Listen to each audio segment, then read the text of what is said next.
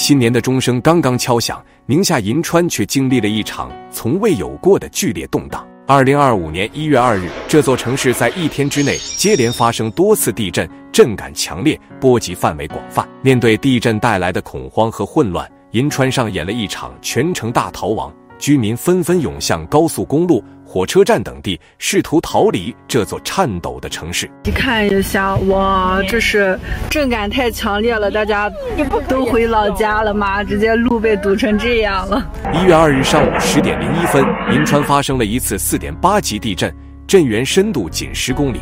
由于震中距离市中心较近，强烈的震感让整座城市陷入不安，房屋摇晃，物品散落，许多居民纷纷跑出室外躲避。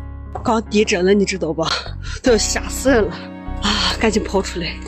然而，这仅仅是噩梦的开始。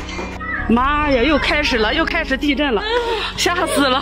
太吓人了，妈呀，又地震了，这晚上还敢睡觉吗？太吓人了。当天下午4点左右，银川附近又发生了一次4.6级余震，震中与上午的主震相距不到4公里。陕西、甘肃等地同样感受到了震动。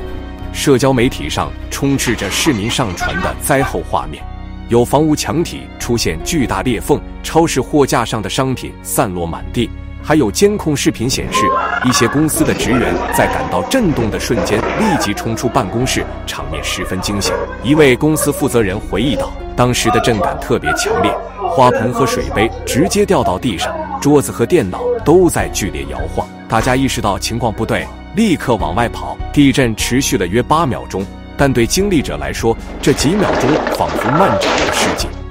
银川地震了1天2次，真的是把人吓哭了。再这样下去，人都不敢在楼房里面待了，是不是？就平常听这里地震那里地震，觉得对自己来说很遥远，但是今天2次，早上1次，下午4点多快1次，真的是吓哭了。就第一反应就是先跑，然后叫着孩子叫着老公一起跑，出来了以后赶紧给自己亲近的人打电话，问他们跑出来了没。震后，尽管余震仍在持续，许多人不得不返回室内继续工作，但心中的恐惧却挥之不去。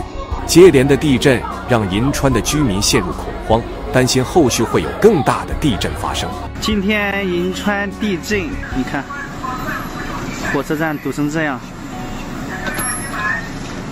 整个道路都是堵的。这边是火车站。为了避险，许多人选择带着家人和简单行李离开城市。高速公路上车辆拥堵不堪。朋友们，一点都不夸张，我现在位于蔡家梁加油站，我现在手指的这个方向是回银川的方向，旁边就是高速公路。大家可以看，银川往东走往盐池的方向，高速公路上的车辆灯火通明，全都是出银川的。火车站人山人海，甚至连加油站和超市都被挤得水泄不通。看看，这会儿全银川所有的街全是堵得死的，快说说你们都往哪跑呢？一位当地居民描述道：“高速路上已经完全堵死了，车子几乎动不了。据说这个加油站都也堵满了。”高速公路也都堵了，看看现在全是避难的啊，都没有停车的位置了。这我就没见过银川这么多车、这么多人的时候，我的妈呀！交通堵塞了，好玩呀！加油站外排着长队，整个城市陷入了混乱。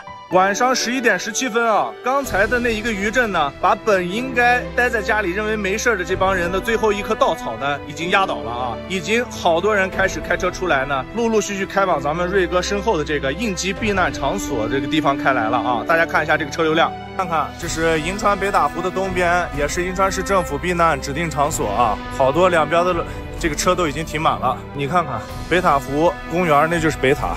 车都已经都堵满了，全都在这停着避难呢。这里面的车想出也一时半会儿出不来了，老铁们，你看看，还有往来开的车，但这边都已经堵满了，还得掉头再往回走。这边的避难场所都已经满了，你看这都掉头再往回开呢。你看看往来走的，然后再往回开，因为这边都已经满了。银川此时的景象宛如一场大规模的城市迁徙，许多家庭带着孩子挤在车里，一边忍受着车流的拥堵，一边焦急地关注地震预警信息。线下的各种新闻媒体，你不要再给我发不可能发生什么的情况了，不要发这些，你给大家发一发哪里提供应急避难场所是24小时的。你像有车的人，他可以开车到空旷的地方凑合一晚上；如果没有车的人，家又住在老旧小区的那些人，到底该怎么办？麻烦你们发一些这些对大家实际有用的，不要发那些安慰剂。地震带来的恐慌并未随着夜幕的降临而消散。当晚，银川又经历了几次轻微余震，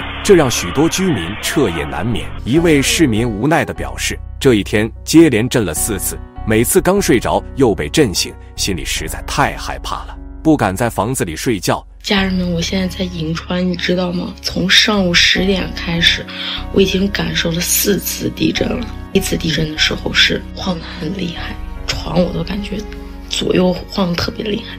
第2次地震的时候，那个感觉是在上下的那个跳。第3次是一次轻微的余震，刚才又地震了。我现在想，我还到底要不要睡？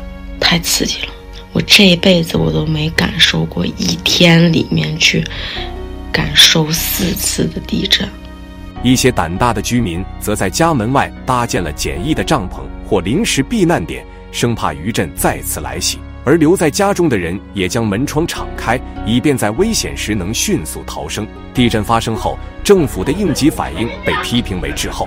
许多居民表示，他们没有收到明确的疏散指引或避难建议，只能依靠自己判断情况。我犹豫再三，还是决定上楼吧。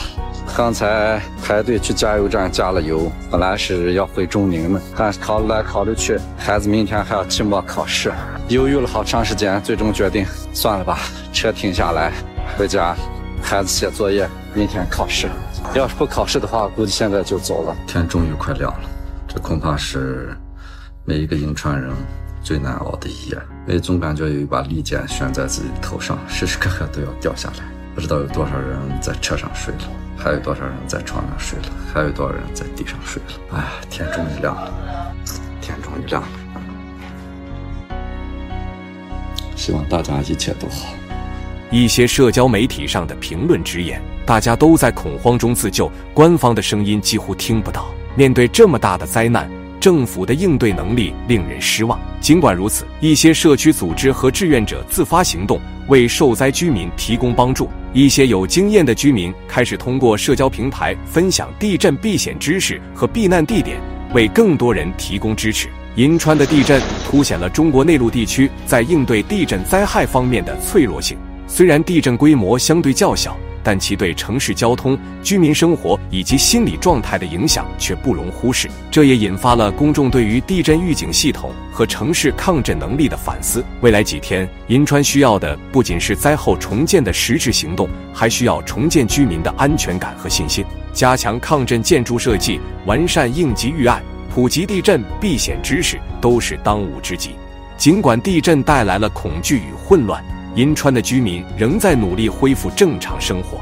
有人选择回到工作岗位，有人开始清理房屋的损坏，有人则继续关注余震的动向，为接下来的不确定性做准备。对于这座城市来说，2025年的开端注定是难忘的。